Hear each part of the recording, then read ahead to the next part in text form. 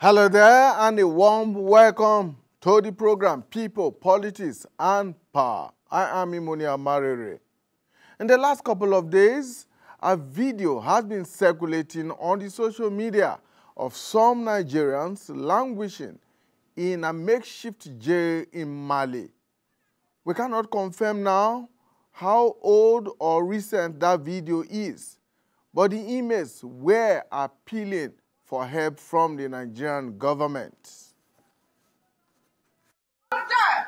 We need freedom. I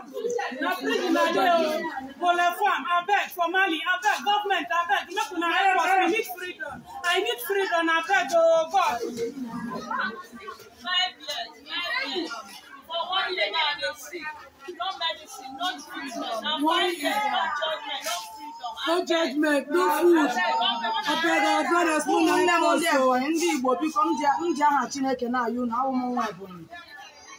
no go about 2 years and I want to close today and I come na court, nothing. I use God to beg on a man and help on our people. We no feel that here. We say as all of us, we many for year, we many, some day 5 years, some way they just 10 years, then they here. I beg men and help, we need freedom. We need freedom. Freedom and freedom that we need. My brothers and sisters, we need freedom. And me go near him, no more we go near him, 3 years and some months now. We need the help. When because in the when because well, I put in a house with mama, where boom, mama, just then how I got mama. When because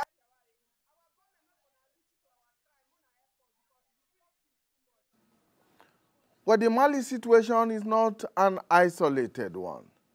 There are hundreds, if not thousands, of other Nigerians who are held up in similar circumstances in different countries of the world for minor offenses or, in some cases, no offenses at all. Some are even jailed in squalid conditions for simply straying into those countries instead of being repatriated. From the Middle East to Asia and Europe, the story is the same. Yet, these are countries and places where Nigeria has embassies and or diplomatic missions. Thousands of Nigerians find themselves in jails across the globe, enduring harsh conditions and facing uncertain futures.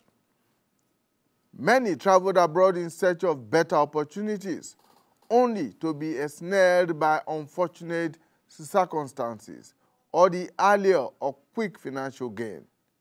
From overstayed visas to allegations of drug trafficking, fraud, or minor offenses, the charges vary, but the consequences are often severe.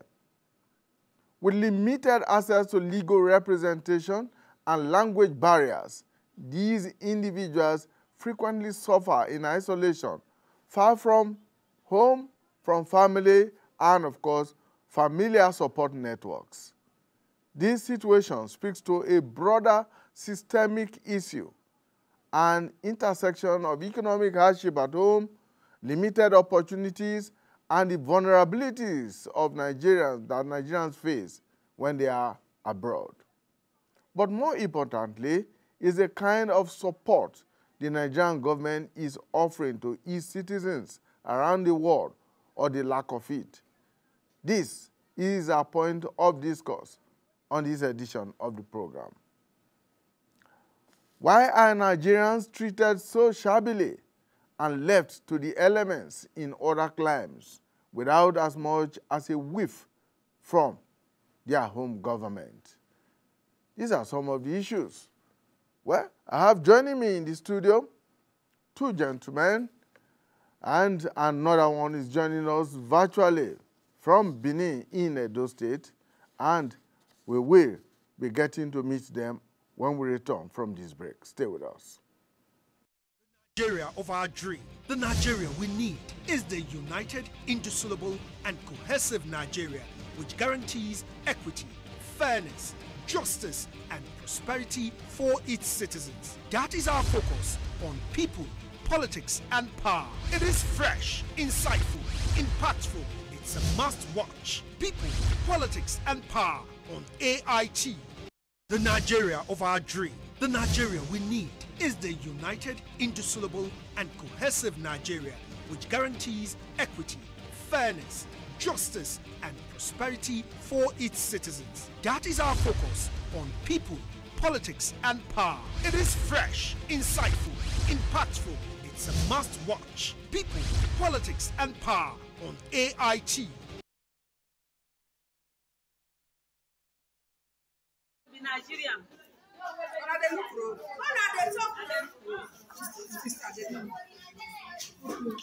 Bamako prison, Bamako women prison, Bola farm, freedom. We need freedom. I've been here for 2 years and how many months now? Now, prison, Bola farm, I beg for Mali, I beg government, I beg. Look, we need freedom. I need freedom, I beg, oh God. 5 years. For 1 year now, they sick.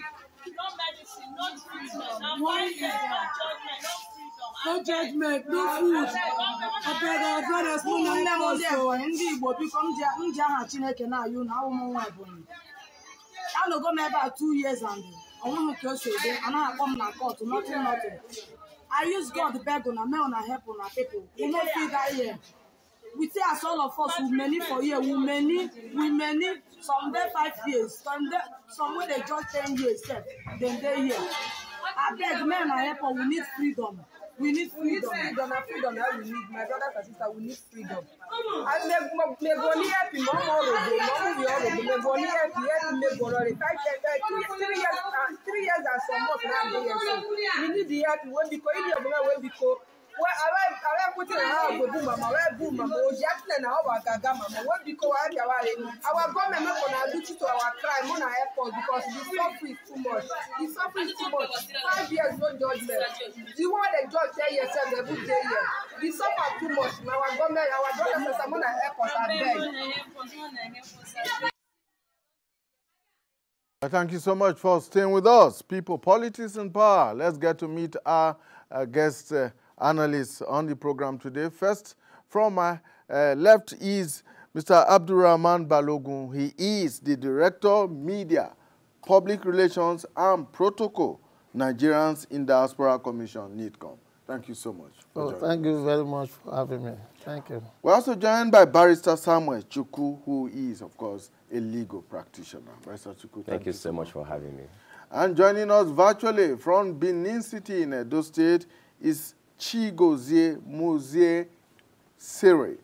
He is a founder, Explore Potentials Initiative, an activist, a coach, a migration expert, and a political scientist. He's a returnee from Libya.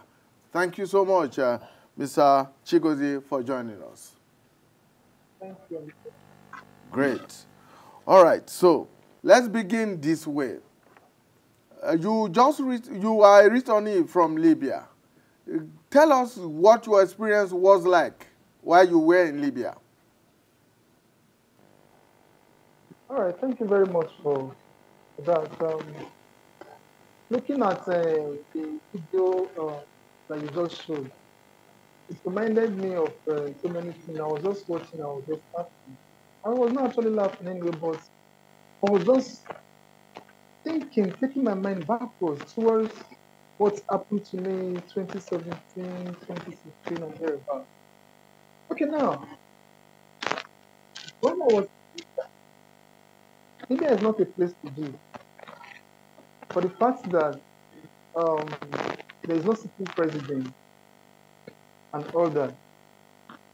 So in Libya, likening Libya to what is happening, what I just saw on that video now, I remember the way I was in the prison, everything I passed through. The way Nigerians, we were packed up together at a particular place, suffering, crying daily, no food, no help, nothing, but just believing in God and looking up to God and how to be free. Until God helped us through the United Nations and our ambassador. So life in these places, these areas, they are not European territories. where things are actually done the way it should be. These places are Africa. Libya, Mali, they are all Africa. A non-African man really is their thing. So you don't expect the kind of jail that you experience in Europe to be the kind of jail you experience in Africa. Because an African man has his own way of doing his thing. You get it now. So I'm just feeling for the people I saw on that video right now. You can see the way they are crying for help. This is the issue of Nigeria, not the issue of the east, the west, the north, or the south.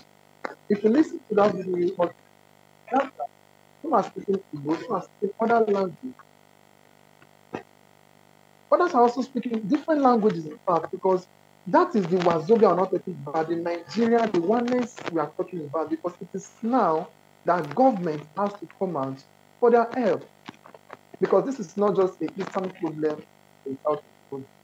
So that is the little I can say concerning what is happening right now in Mali, because I've passed through such things there indeed.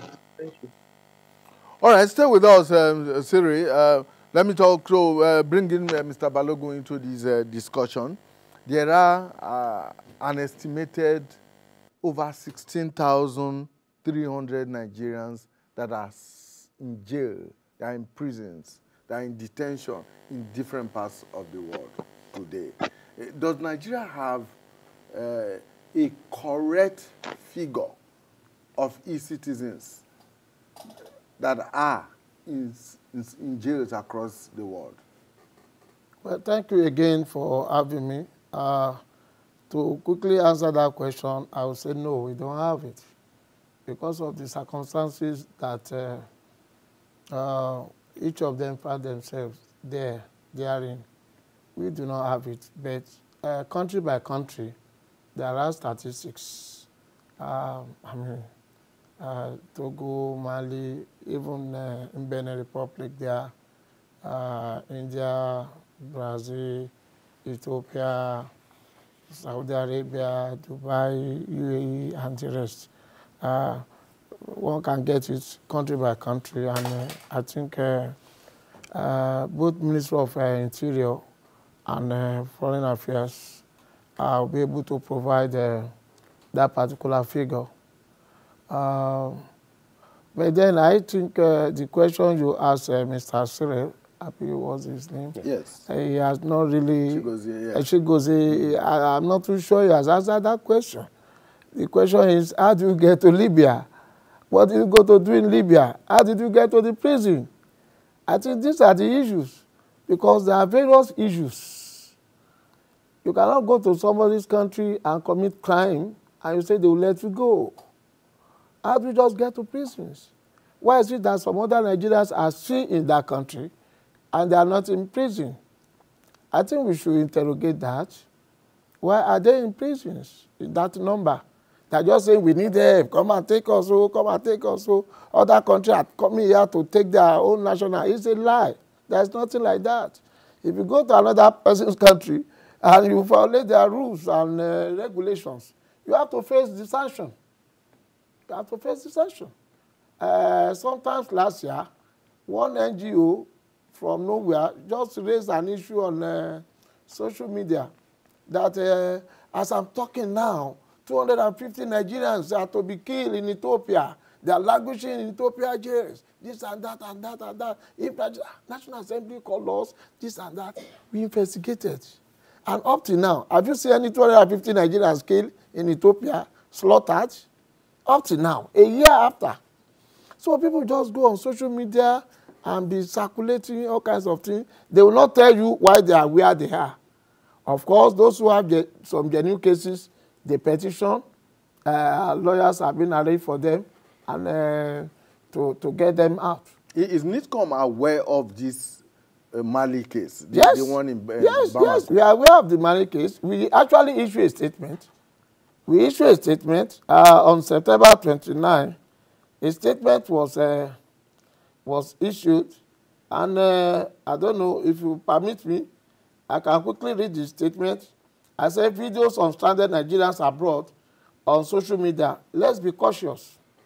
This statement was issued again. This was I mean, we do this virtually almost every month when people will just go and get one viral video and then. So in recent times, there have been series of viral videos, both old and new ones, circulating on social media on Nigerians stranded in various countries or in detention camps, owing to many reasons, from irregular migration, violation of consular regulations, or outright committing one crime or the other, and requesting for urgent help of the federal government for evacuation and transportation back home. Another one is that of mainly girls in Bamako, Mali prisons in a very dehumanizing conditions and calling for help from the federal government of Nigeria. Just like the case of Libya and other cases, the Nigerian government has severally evacuated thousands of Nigerians stranded in Mali with a warning to avoid any temptation to be lured there, but they still return. The Office of the National Security Advisor, NSA, is heading the multi-agency task force, which includes Nigerian Diaspora Commission, the National Emergency Management Agency, NEMA, National Commission for Refugees, Migrants, and Internally Displaced Persons, Nigerian Immigration Service, among others. We urge Nigerians to be cautious in circulating such videos, mainly undated, and note that the multi-agency team headed by the NSA has been evacuating stranded Nigerians abroad, including those being sent back for various offenses. Just about 2 weeks ago, I think 149 from Libya came back to the country. While we know that the federal government is working around the clock to see to the welfare of its citizens, wherever they may be, in line with its citizen diplomacy, we reiterate again that irregular migration and criminal activities must be avoided as the penalties are severe and deadly. This is a statement issued about 5, 6, 7 days ago, about a week ago. And when they just circulate in the media, in the social media. I mean, the normal procedure is that if indeed you have a genuine case, you petition us or petition Nigeria, the Ministry of Interior or Foreign Affairs. We have embassies in those countries. Now, when you have people who are in detention, one form of detention or the other, and may not have access to sending out a petition, what do they, I mean, how do they do that? Well, the thing on social media, how do they have access to do that? The same procedure that they have access in doing that. We have an embassy in all these countries.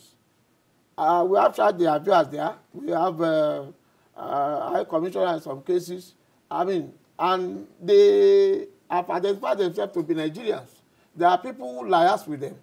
When they are when they are profiling them, they must have said, we are Nigerians. And then there are procedures of arresting them. Were they just being arrested on the street, in their homes, or where? What did they do? Because if they are properly arrested or whatever, or improperly arrested, there are this procedure, and they will get back to us. They don't even have to get to us. We have, our embassy will notify us.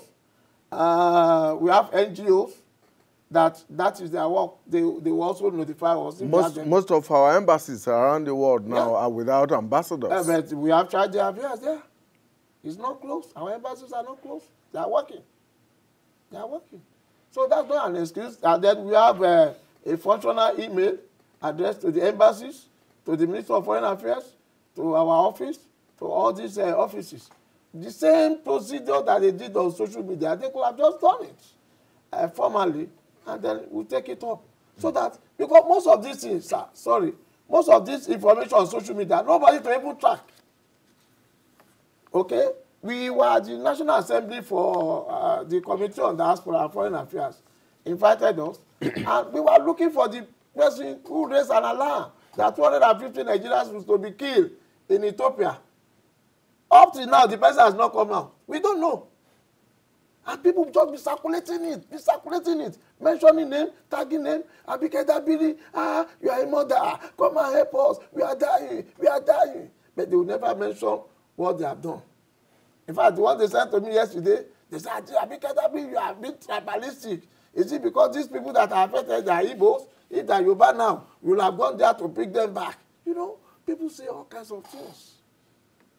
I mean, it's not Okay, nice. we'll get back to that, whether or not, since this video started circulating, Yes. whether or not the Nigerian government has taken any proactive steps, whether or not we've been able to, say, reach out to the Nigerian embassy or high commission in some of these places. Because there's also the case, another case that I heard a few days ago in the United Arab Emirates of Nigerians whose work permits expired and they were arrested and thrown into detention without the opportunity of even being deported or they are allowing them to renew their work permits. But let's bring in Barrister Samuel Chukwu. Let's look at this from a legal perspective. What kind of legal remedies do people like this that we saw in that video actually have? Thank you very much for that question. I want to believe that for every Nigerian watching that video would stir a kind of disturbance in you. I want to appreciate the sincerity of the rep from the Nigerians in Diaspora Commission when you asked the question as to whether we have a database, and he was sincere enough to tell us that we may not have a general database, which I think is an area that can be worked upon. Looking at it from a legal perspective, the fact is this: we have national laws and we have international laws. The national law is clear that there are certain rights that every citizen of Nigeria, irrespective of status or whatever political inclinations you might belong to, you have. However, the issue of migration is one that cannot be tackled from just a national scale because it involves other countries. It must be looked upon from the intricate interplay of international law. And one of the areas we can look at is the Vienna Convention on Consular Relations. The truth is this: a Nigerian is a Nigerian anywhere in the world. I remember in 2015, I was privileged to represent Nigeria in the United States. We went for a competition. And before then, I heard stories about how certain Nigerians are treated when you go to certain countries. But I saw it firsthand. Although, thankfully, I was not subjected to any form of degrading treatment. But I noticed that once I told them I was a Nigerian, I was asked to step aside, and I was searched. And this is not hearsay. It happened to me. And at that point, it got me thinking, why is it that an American citizen would not be treated in a certain way, whereas when I show my green passport, I was in Ghana too in June, and the moment I showed, of course, Nigeria is the giant of Africa, but we know besides the Nigerian and Ghanaian jollof argument, there's that interplay. I noticed that there was a kind of attitudinal disposition I was given, and it got me thinking from a philosophical perspective that what that entails is that there is much more work to be done. The Constitution of the Federal Republic of Nigeria guarantees that every Nigerian should not be subjected to inhuman and degrading treatment. Also, we have the Universal Declaration of Human Rights. We have the Convention Against Torture. Like you rightly noted, that video does not have a timestamp. So we're being careful because we know how things circulate. But the question is, are those factors prevalent in our world today? Do we have Nigerians in foreign lands that are being subjected to those treatments? My answer is yes, we have. Now, what are the causes? I would like to look at it from the angle of remote and immediate causes. We know that we have remote causes in terms of economic hardship, in terms of the pressure, peer pressure. For instance, if I'm in a circle of friends and 5 of my friends have migrated, there will be that pressure to migrate. But we also have immediate causes. We have criminal syndicates that are trying to lure Nigerians into, for instance, the drug trafficking trade. We also have immediate causes as regarding illegal immigration. You have Nigerians passing through certain borders. That video was said to be in Mali. Bamako, in Mali. Malian capital. And for those of us who are familiar with the current geopolitical situation in ECOWAS, you know that Mali is one of those countries that have indicated that they would want to withdraw from the ECOWAS. They've activated Article 91. They have actually withdrawn. Yeah, well, you know, the ECOWAS treaty has said, according to Article 91 of the ECOWAS treaty, once you issue that notice, you have 1 year moratorium. So as it is, they've not yet, they've said they've withdrawn, but according to the ECOWAS treaty, the withdrawal process is still ongoing. What that means, because Article 91 of the ECOWAS treaty has stated it plainly, that the ECOWAS treaty still applies even while the withdrawal process is going to take place. The final thing I want to speak on may not be legal per se, may not be from a legal perspective, it's from a diplomatic perspective. How should Nigerians be treated? Now, I believe that no Nigerian should break the law. We should not, because we should have respect for the laws of other climes. But I also believe that we have certain extradition treaties. So if Nigerians are being treated in deplorable conditions, like you rightly noted, I believe that there should be a proactive approach. I believe NITCOM is already doing that, because I was able to go through, I've been able to see some of the things they've been doing. But I think we can also do more to ensure that Nigerians anywhere and everywhere should be treated with respect, because like Dr. Martin Luther King Jr. has rightly noted, injustice anywhere is a threat to justice everywhere. Well, we'll come back to the whole issue of whether or not it's possible to have prison swaps and all of that. Well. But let me get back to Mr. Balogun and to ask, I mean, Mali used to be, or still is, a member of the ECOWAS community. And the ECOWAS protocol actually guarantees free movement within the region. Yes. And some of those people who are in that video are saying that they have been in detention. They have been in those very deplorable conditions for up to 5 years. Yes. No trial, no charges have been leveled against some of them. And that makes one to wonder what exactly may have resulted in their being detained or even imprisoned if they have been tried at all. Yes, I quite agree with you. Like our learned brother just said, migration is your fundamental human right. You are free to migrate, not even in ECOWAS, to migrate. But what we have been campaigning, if you must migrate, that's our slogan, migrate lawfully, migrate legally. And if anything now happens along the line, be it consular documentation or implication, because we have seen a situation whereby somebody was about boarding a flight and then suddenly, maybe some of them don't know that there's a camera watching them, maybe collected something. So at the point of this thing, they'll stop you and say, Oga, step aside. And unfortunately, you may be in Nigeria. And then you say, they allow others to pass. Why me? But you not tell Nigerians what happened until when we now investigate. So to answer your question, yes, migration is everybody's right. What have you been doing to see to those people who unlawfully? I can cite cases here. Of course, you know Sena Baliyu. Sena Baliyu and her parents went on Saudi Arabia for lesser Hajj, what we call Umrah. And then they boarded Ethiopia Airlines. Along the line, they got down at Jeddah, this and that. They invited her alone, saying that her bag contained some drugs. So she was detained. To cut a long story short, she was to be executed because that is their law.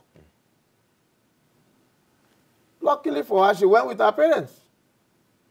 So we were petitioned, and we swiftly moved into this with the support of our state government and some other Ministry of Justice and all the rest. I mean, we interfere with the Ministry of, they call themselves their own foreign service in Saudi Arabia. And we intervened, and we discovered that it was somebody within the Ethiopia Airline caucus that planted that. And then, I mean, eventually we got her exonerated. Now, she's now an ambassador with NDLA. No. I mean, if you have some genuine cases like that, there's a case of somebody, Suleiman, somebody. He has been in detention, in prison in Saudi Arabia now for 18 years, even before we were established. I mean, they petitioned us, we intervened, and it was just in a wrong place At the wrong time. At the right time. How do we say it? I mean, you went for Hajj, lesser Hajj, and then you went a whole. It's like coming to Abuja for a function, and then you just suddenly went to Suleja. At Suleja, they were fighting there, and unfortunately, they killed a Saudi police officer. So they rounded off all the people there. So it was caught. And in their law, a soul for a soul. If you kill somebody, you be killed. At the time they killed that officer, the wife was pregnant. So the law says, okay, if the wife is pregnant, until the wife gives birth, and the baby is 18 years old, you will not declare whether to forgive you or you pay what they call blood money, which is almost 156 million naira in our own district now. To cut the long story short, Nigeria intervened, we intervened, and all this thing. The money has been paid. The guy will soon be back home. So we have some very complex cases like that. If you know about it, and we know that you are innocent, we have our own legal team. They have their own legal team. We intervene with our embassy here, and we have our embassy there.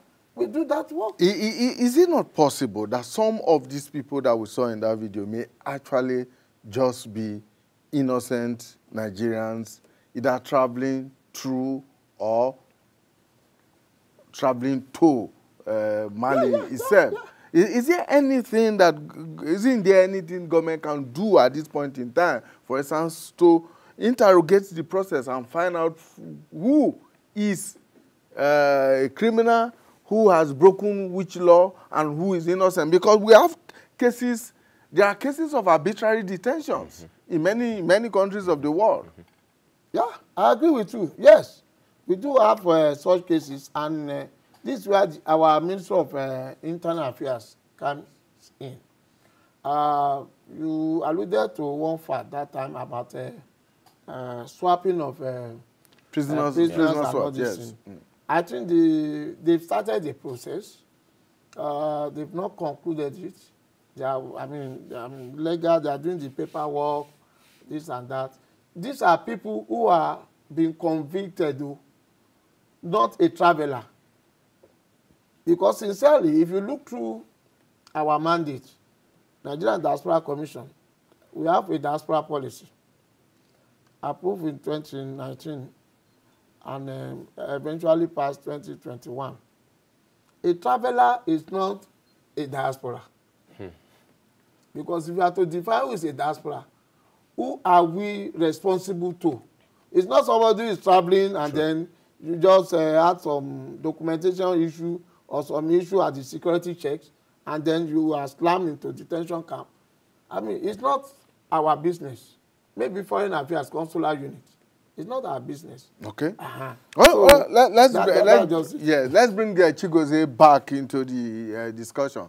Chigozie, if you are still with us, you need to tell us exactly when you went to Libya, why you went to Libya, and why you were detained. Yes, answer that question. All right, thank you very much for that question. I think that's the exact question our guy from Nikon wants me to. Please, I'm interested. All right, fine. But to me, I think we cannot move forward looking at or focusing on the rear mirror, if you look it very well. And to me, I was trying to skip that very aspect of this story or what is we are talking about. But since there is a need to bring in that, okay, fine. When he was reading the letter they wrote from a few days ago, there is a paragraph that says, with a warning not to return back to where they deported them from, or where they brought them from, which is to say that there is a particular group of persons they brought back to Nigeria, and instead of creating a kind of eco-friendly environment for them to become meaningful in their own country, they rather gave them warning not to go back. It is not giving a warning not to go back. It is creating that environment that will keep them in their place. Because nobody likes going to another man's house to go and suffer. These people, they're actually looking for something that will keep them busy. and give them a better life. Okay, now, it was looking for a better life that used to take people out of this country. That is one thing. And that is where we are begging our government to stand up to their function. You can imagine adults, parents crying in the prison. That is not a joke. They left to get a better life for their children. But now they fall into bad ends or they get themselves into trouble. Now, let me tell you, most times, Nigerians in abroad, they are not arrested because they committed murder. They are not arrested because maybe they stole something. They are actually arrested most times because of illegal or irregular migration. Most times, these people enter into another man's territory without the required documents. And some of these countries, they are good in taking data. So when they discover that you are not documented, that you came in an illegal way, they arrest you. If you watch, you will see that most of the people that were arrested, they've not even called in their case in the court of law. They've not. Some say that they have been there for 10 years and others. Let me take myself, for example. That is what you just wanted me to talk about. When we were caught, we actually arrested on the Mediterranean Sea. We actually arrested on the Mediterranean Sea by the UN. And we were taken to, instead of keeping us in it, they took us to prison. And right there in the prison, you see people that have spent 3 years there, 5 years, even 10 years. See, if you watch, you see that our issue is not the issue of stealing, it's not the issue of committing any crime. It is just the issue of entering another man's territory with an illegal or document or without documentation at all. So most of these people that you see, they are looking for a better life, which, permit me to say, maybe they've not actually found in their own country. And now they are trying to get that better life or seek it in another man's country. So when need come or our government see this kind of people, they should forget about asking the crime they committed. They must have committed crime. They should create an environment. They should first of all save life, bring these people back, even if they have committed any crime. Bring them back. If there should be a penalty for the crime, the penalty should be given to them. But the first thing, the first attack should be bringing these people back, helping them to be alive. They are Nigerians. Helping them to be alive and then teach them the right thing to do and know what their problems are for even engaging themselves into what they did.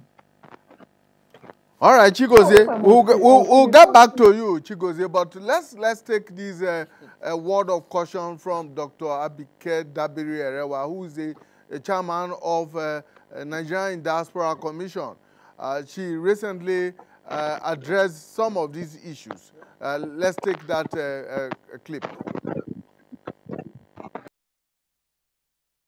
I want to address again a viral video going around about some girls shouting from a prison in Mali, asking to be returned back home.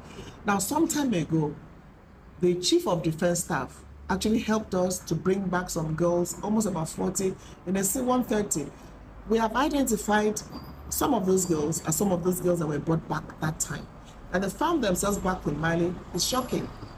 So in as much as President Bola Ahmed Tinubu has instructed that anywhere Nigerians are stranded, we have to ensure that they are back, it's also wrong to commit crime and criminality.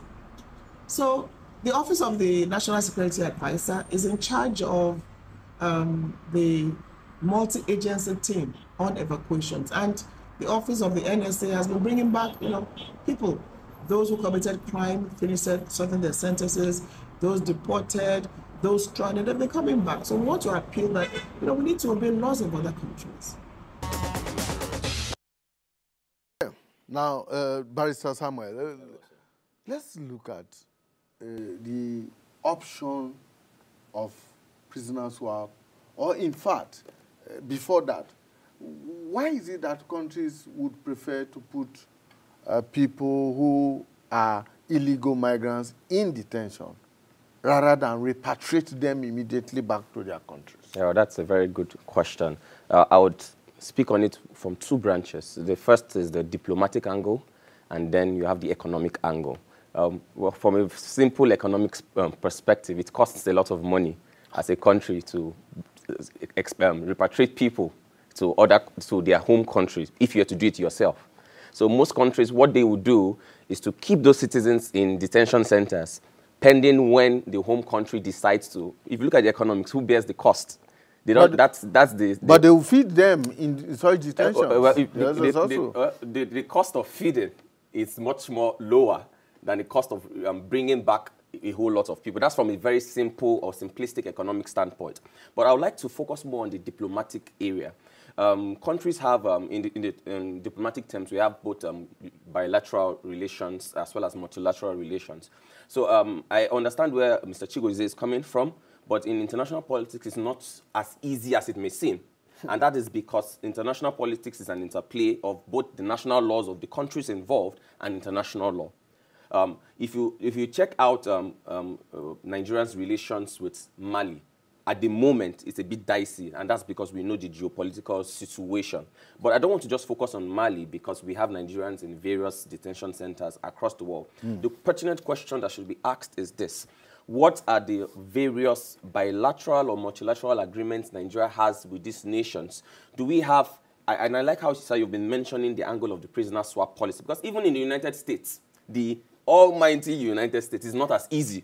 And that is why you notice when they had the recent prisoner swap with, I think, Russia, they were jubilating because even American citizens have been detained in other countries. So at this point, it's now a matter of our diplomacy. And from the statement that was made by the DG of NITCOM, the chairman of NITCOM, let us not deny the fact that NITCOM has been doing its own bit.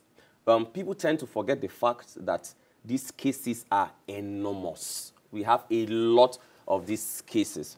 However, and when these videos are posted on social media, there's a tendency to become very sensational and emotional. And I understand that fact. Because when I watched the video, I felt disturbed. But I believe that we should not act in a reactionary way to some of these clips. What can be done, like you rightly noted, is a proactive approach. The beautiful thing about being a Nigerian is that any part of the world you go to, you have Nigerians. And and I like how our chief tried to tell us the difference between Nigerians in diaspora and Nigerians in transit. I believe that there can be a robust engagement with Nigerians in those particular countries. So if you watch that video, you'll notice that there was no question about whether you are Hausa, whether you are Igbo, whether you're Yoruba. In fact, if you're arrested in those countries, they do not ask those questions because you are a Nigerian. So I believe that the relevant agency, because people speak about NITCOM a lot. NITCOM is an establishment of statutes. It has its powers, but it also has limits to those powers. There are other agencies, there are other MDAs that are involved in this. I believe that there should be a multi-sectoral approach. And I like the fact that the NSA is also leading this, because whether we like it or not, there are security concerns too. So I believe there should be a much more proactive approach, because let me just state one more thing about this issue of proactivity. Whether we like it or not, for every act of impunity that is carried out against a Nigerian in a foreign country, it places in jeopardy those who are moving legally. Because I was reading a book, sir, recently, and in the book, the man was talking about business. It's a popular book, for the 4-Hour Work Week. And to my greatest shock, he noted that be careful when you're doing business with some countries, and he mentioned Nigeria's name. I had to close the book, open the chapter to be sure that I read correctly. It now showed that the fact that there are certain Nigerians that commit certain acts illegally can place a stain on Nigerians that are going to commit, that are going to go about their lawful and legal businesses in those places. What that calls for is proactivity, because whether we like it or not, the image of Nigeria and Nigerians is at stake. What happens to those that have been brought back home? Stranded or jailed Nigerians that the government has brought back home, particularly the ones that your commission, for example, has facilitated in bringing back home. What usually happens to them when they are brought back home? Are they just allowed to go, or they are profiled before they are let go? Thank you very much. But if you permit me, within just 1 minute, I want to clarify an issue. My barrister has helped me to clarify some of it. Still, I still believe Mr. Chigozie has not really told the world why he went and how he went to Libya. It's very important. He said he was crossing the Mediterranean going to Europe. You cannot commit a crime. And he did say it. It was undocumented migration. It's only here that we allow such things.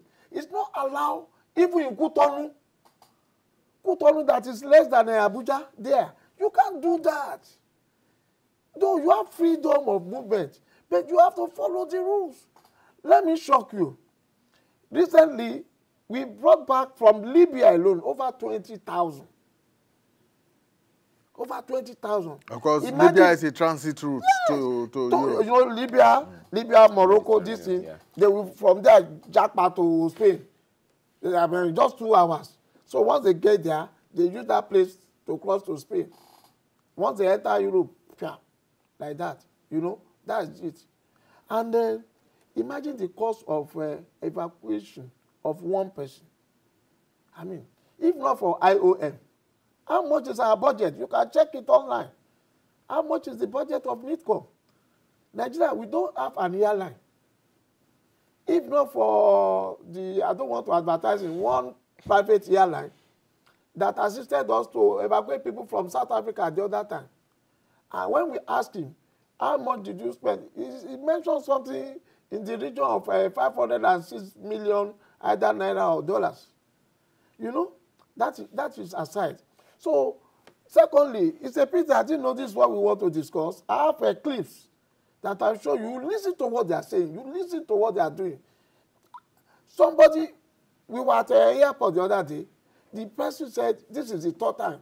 And once he come back, he will still go back again. Then the security man now said, if you try this time around, I know what to do to you. Because they believe they've not gotten to their destination. We have come to interrupt, disrupt their movement plans. And again, let me shock you. Some of them will sell their parents' land. They will sell all their things here.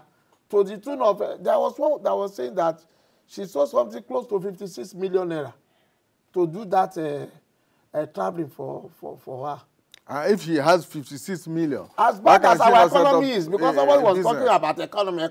Well, and why would she not go through the legitimate process? They all went with millions of naira. Millions of naira. If whether regularly or whatever, they went with millions of naira. They just wasted it there. Somebody will promise them this and that. Okay, as recent as last week, my boss facilitated the return of traffic girls in Ghana. I mean, in the last 3 months, we have brought about 56 girls, young girls that are supposed to be in school. It's the economy that pushed them out. 16-year-old, 14-year-old. That was the one that was also on social media, yes, where I mean, which was actually facilitated by the brother of one of those girls. Yes. Actually, it's not our responsibility again. It's a function of NAPTIP. But they keep on shouting, NITCOM. Somebody that was traffic. And it was their parent and uncle. 3 of them from the same mother. 3 girls from the same mother. Well, what do we do when they come back? We provide them. Which state are you from? We provide them. We have collaboration with some foundations. I may not want to mention name. And some of them, at times, they assist them. I mean, the last one, they gave each of the returnees 100,000. We don't have such money. At least to get to restart life. Yes, refugee commission. No, just to get to your destination. Refugee commission, if they come in at night, they reserve hotel for them. NEMA will provide food. Some of this network, we have a collaboration with them. They give them data for their phones, at least to, I mean, as much as 50 gig or so, and 25,000 naira worth of for communication. For communication. So Then some of them, you know, we have state diaspora focal point officers all over the country. So we also link up with the diaspora focal point. Some of them, they are state governors. We will now provide and say, you, what is it that you are doing? Okay, if you are a tailor, a fashion, whatever, we link up. We have a collaboration with NGE, the Directorate of Employment. We have Refugee Commission also have a shop. But some of them don't want to engage in such things. They are not interested. They are not really interested. So those are the things we do. Okay. And reunite them with their family.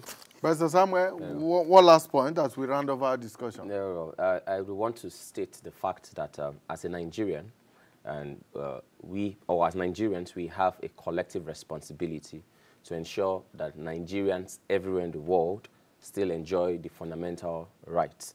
There are two angles we can tackle this from. One is the general angle that we also speak about the government. The government has a role in terms of sensitization, in terms of ensuring a multi-agency approach. However, the citizens also have a responsibility to ensure that anywhere they are around the world, they respect the laws of that land and ensure that Nigeria is respected wherever we find ourselves. Thank you. All right, Chigozie, one last word from you. Chigozie, are you with us?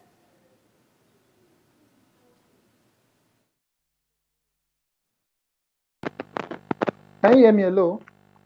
Very quickly. Very quickly. Okay. And the last one from myself is Nigeria government, we should look into our citizens and take them as priority. Okay. We should prioritize the life of our citizens, yes, and forget about what is taking them out, because already our government knows what is taking them out.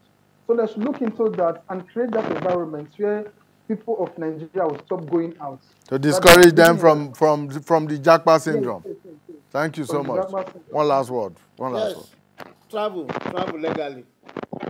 To be a good ambassador of Nigeria, it is the behavior of Nigerians that caused Nigerians that diplomatic row with Dubai, UAE, for 2 good years. It's because Nigeria was doing secret courtesy.